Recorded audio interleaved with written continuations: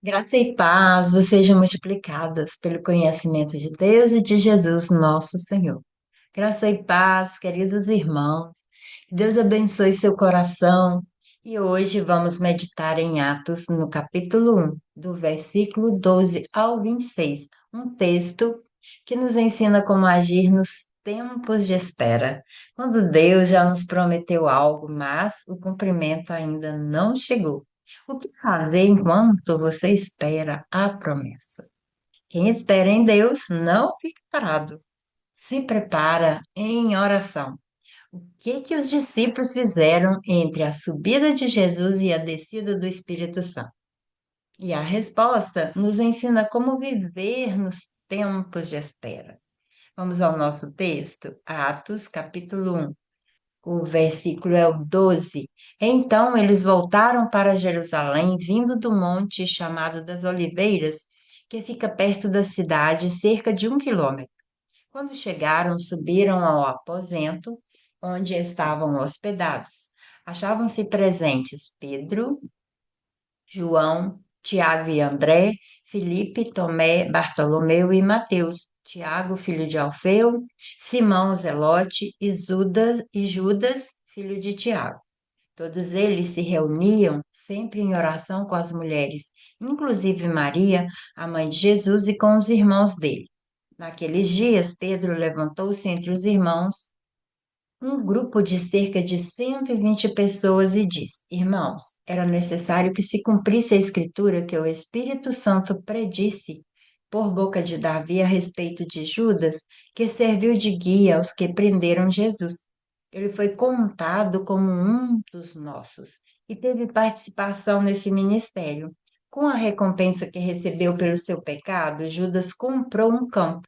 Ali caiu de cabeça, seu corpo partiu-se ao meio e as suas vísceras se derramaram. Todos em Jerusalém ficaram sabendo disso, de modo que na língua deles esse campo passou a chamar-se Acedalma, isto é, campo de sangue. Por quê? Prosseguiu Pedro, está escrito no livro de Salmos: fique deserto o seu lugar e não haja ninguém que nele habite, e ainda que outro ocupe o seu lugar. Portanto, é necessário que escolhamos um dos homens que estiveram conosco durante todo o tempo em que o Senhor Jesus viveu entre nós, desde o batismo de João até o dia em que Jesus foi elevado dentre nós às alturas. É preciso que um deles seja conosco, testemunha da sua ressurreição.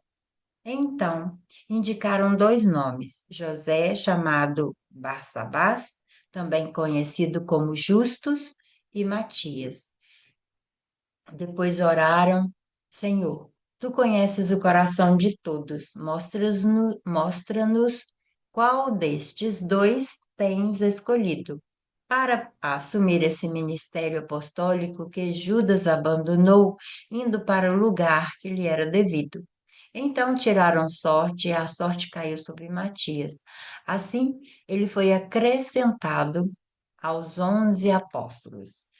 Jesus havia acabado de subir aos céus. Seus discípulos retornam a Jerusalém, obedecendo a ordem de esperar pela promessa do Espírito Santo. Era um tempo de silêncio, de expectativa e preparação. E aqui vemos Pedro começando a assumir a liderança e guiando os discípulos nesse momento importante. E após a ascensão de Jesus, os discípulos fazem algo essencial: permanecem unidos em oração. Ali estavam os apóstolos, algumas mulheres, inclusive Maria, mãe de Jesus. E em meio à espera, eles não se afastaram, mas buscaram a Deus juntos, unidos.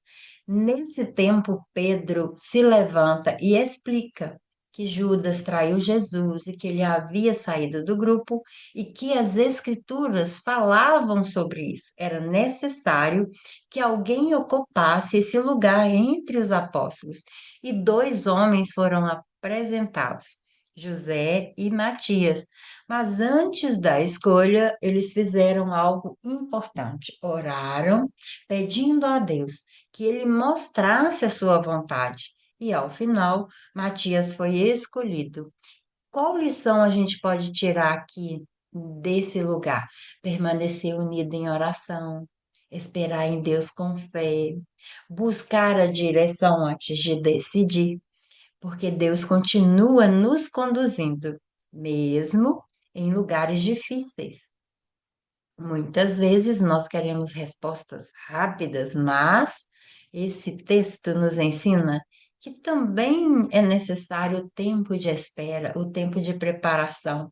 E os discípulos não ficaram ansiosos ou agiram por impulso, eles foram orar, permaneceram unidos e ali buscaram a direção de Deus e se organizaram para o próximo passo. E isso nos ensina que quando Deus permanece em silêncio, não é que Ele não está nos auxiliando, nos trazendo segurança, Ele continua trabalhando. Enquanto eles esperavam a promessa, os discípulos não ficaram parados, eles oravam, permaneceram unidos, buscaram a direção. No seu tempo, você tem reclamado? Como tem sido o seu tempo de espera? Você fica ansioso? Você quer a resposta rápida? Ou você se prepara em oração? Você pede direcionamento? Pede ao Senhor para te auxiliar a entender o tempo dele? Pede sabedoria para aguardar o silêncio, para aguardar o tempo, o processo? Porque quem espera em Deus, em oração, não perde tempo. Se prepara para viver a promessa. Como você tem se preparado para viver as promessas? Que Deus te abençoe. Te aguardo no próximo momento de leitura da Palavra de Deus.